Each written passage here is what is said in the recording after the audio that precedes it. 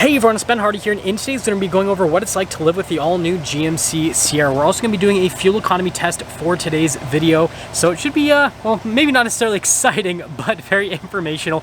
Before we get into the video though, as always, if you want to save time and money the next time you purchase a car, link to my car buying guide in the description down below. Let's get into it.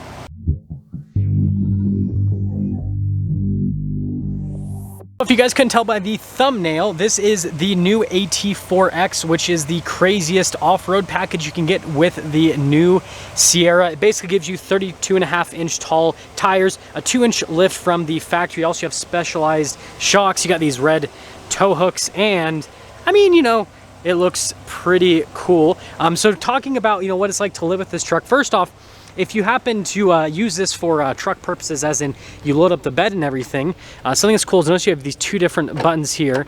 So this is for the top one's for the multi-pro thing. So if you have like lumber or anything that you need to load out, basically past, instead of putting it on top of the tailgate, you can put it on this section right here, which is really cool. And then that just locks back up into place. And then if you press the bottom one, then this is to actually lower down the whole thing. Now this does turn into a whole step system as well. It does have a 375-pound weight limit, so if you weigh 200 pounds, for example, you only can carry another 175 pounds up into the truck if you're standing on this to lift it up into the bed. But that definitely makes it a little bit more practical from a loading perspective. And again, with the whole like lumber thing, I think that also adds to the practicality. And it has a kicker sound system in it, which is pretty cool. Now, I don't think I can do this. Yeah, I can't do it. You can't. Well, let's see if I can do it with one hand. That is awkward as heck, but you can lift it up with one hand. Just feels kind of weird. Those bumper steps help out as well. Now this one has the rock rail protection, which is great for off-roading, but doesn't necessarily help out with daily driving because this doesn't have side steps and it's pretty tall, so it's kind of hard to get up. Like you guys can see here in the back seat area, again, same thing, like to get up, I have to like fully extend my leg. I mean, you can kind of step on this, but it is slick, so like, I'd be careful if you were to use that as a step. But from a daily driver perspective, tons of space here in the back, like tons of storage space and just legroom, all that kind of stuff for rear passengers. Now, what I do to get in is, you know, what you do in most trucks that are higher up, grab the grab handle and just kind of pick yourself up and pop in. And you guys can probably hear I've got the AC blasting here because it is very hot today. And some other daily driver stuff that's cool is this has massaging seats, so it's a little round button here on the side. Press that, it'll turn on the massaging seat function, which definitely helps out with the daily drivability. Now, obviously this is also going to contain a fuel economy test, so let's pop it here. So let's hold this down. Yes. So we're going to reset that, and we'll see what I end up getting from a fuel economy perspective. And then also, 360 camera system, which is amazing with the resolution, everything helps out. It also has a camera mirror, which also helps out with the daily drivability. And then heated and cooled seats, dual zone climate, you know, all the normal stuff, right? And so, yeah, and this is the most important thing, center console that is Ben Hardy Banana approved and wireless phone charger. So with that being said, we're gonna talk about how this drives a little bit. And then again, the main part of this is also gonna be testing out that fuel economy. I'm going to start here with our driving impression section, and the reason I'm starting here going onto the interstate is just to show you guys, you know, kind of a little bit with the acceleration with this 6.2 at 4,500 feet elevation, and also to kind of talk about how it drives on the highway. Pretty peppy. Fuel economy is going way down though. Fuel economy is like, I'm out. But yeah, I mean, it gets up. That is for sure. So, okay, we've got the cruise control on. I want to see how the cruise control system performs as well, because I think that's really important from a daily driver perspective, at least for me, because, you know, I drive sometimes over 200 miles in a day, and a lot of that is on the interstate. And so having an adaptive cruise control system that functions very well. Okay, let's see if it'll, okay. So we got this cruise control set. Okay, we got our gap adjust too. Okay, let's see how this whole system interacts here with changing lanes. That person was coming in pretty aggressive. A little bit sketched out there for a second. Yeah, pretty good, actually. Yeah, it performs just like most adaptive systems. I'm gonna try to get behind this person kind of close. I want to see how it handles it though. Okay, so that goes orange because it says the car's too close. Truck's slowing down a little bit. Very seamless though, it's not... Still orange, green, boom. Shows little car icon is green and we're good to go. You guys are wondering, our fuel economy dropped down to like 15 miles per gallon from 17 when I was driving around town. We'll see what happens though driving on a longer highway commute here.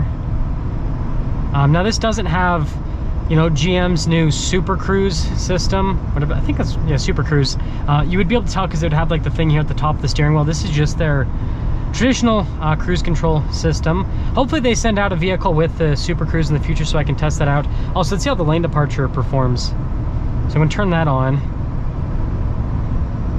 This truck just stays centered in the lane regardless, but I wonder if it puts steering inputs or if it just warns me with a butt vibration. Okay, I was definitely... Seems like it's pretty, I mean, this truck isn't huge from a width perspective, but it seems like it's pretty tolerable. I wonder what it's set at, the infotainment system. If there is even a setting for it. Let's see. Vehicle.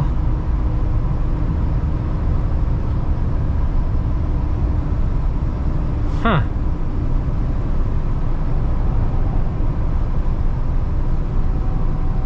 Teen driver, you can do that. I forgot about that GM has that with their products.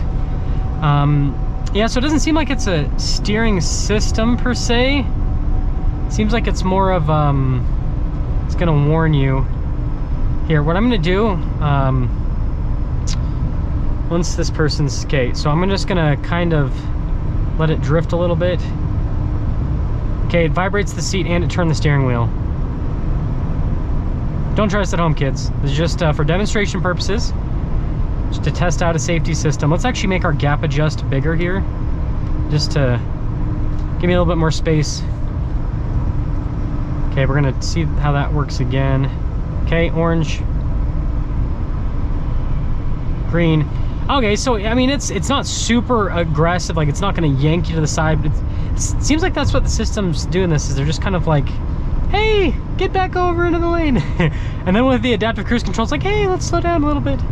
That's kind of what it seems like, which I actually prefer. I don't want it to be a super aggressive, intrusive system.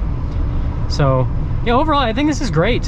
And this, honestly, like, this truck tracks very well within the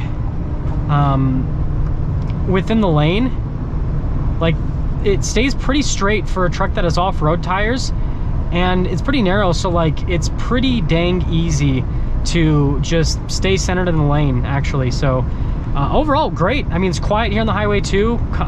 Getting massage right now.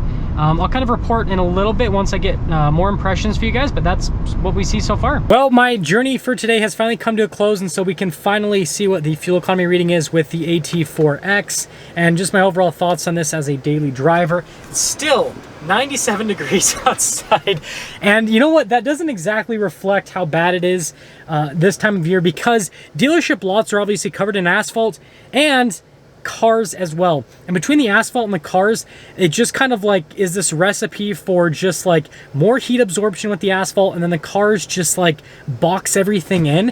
And typically if it's like 100 degrees outside, it's going to be like 110 to sometimes 115 degrees on dealership lots, depending on how many cars they have, which yeah, is just absolutely draining. Anyways, fuel economy, so you guys can see my trip was 112 miles, average 17 miles per gallon, and that was mixed highway and city.